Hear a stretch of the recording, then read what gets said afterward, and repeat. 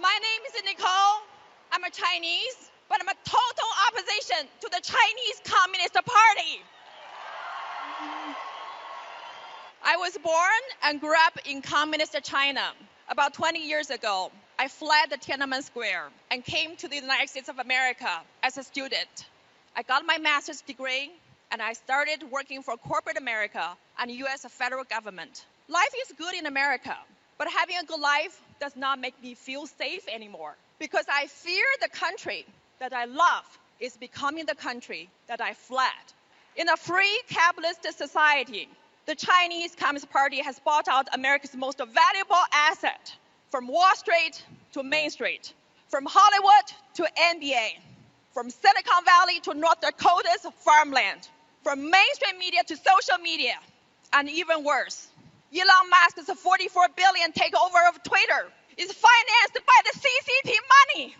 The CCP's enemy number one, Mr. Miles Guo, had his personal account permanently suspended by Twitter a few years ago. The Chinese dissidents had already been canceled out by CCP in China.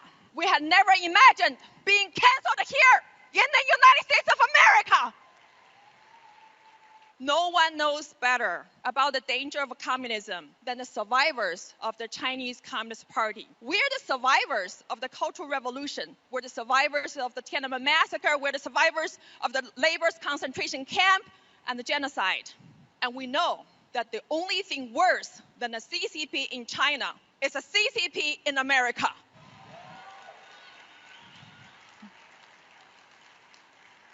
The CCP does not fear the U.S. government, the U.S. media, or any major institution. What it fears the most is we, the people.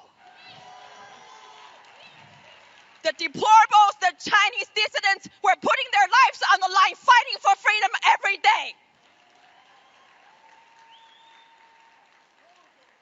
America is one nation under God, and the CCP might have owned Wall Street, NBA, Hollywood, but the last thing we should allow the CCP to own is America's courthouses, America's justice system, and America's rule of law.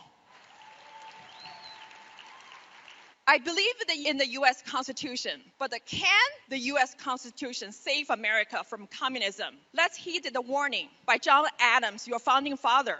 Our Constitution is only made for moral and religious people. It's wholly inadequate to government of any other. America is one nation under God. If you don't believe God, you will be bought out by the CCP. If you don't believe in God, you will lose this country. Take down the CCP.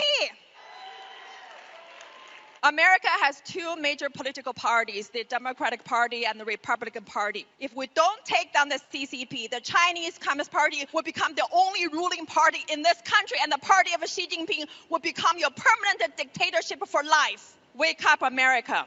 From the Tiananmen Square in China to the Freedom Square in America, it's been a long journey for me to be here. It's a journey to freedom, but that's not the end of it. It is just the beginning. I joined the Chinese whistleblower movement and became a member of the new Federal State of China, founded by CCP's enemy number one, Mr. Miles Guo.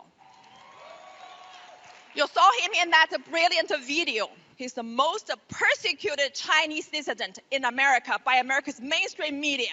The new Federal State of China models itself after the United States of America. And even better, it combines the beauty from the East and the West. It's deeply rooted in the Chinese people's hopes and dreams for freedom, for rule of law, and built upon America's great experiment. The new Federal State of China will end the world's largest ever slavery on the face of the earth, empowered by America's corporation, by America's Wall Street, and big tech.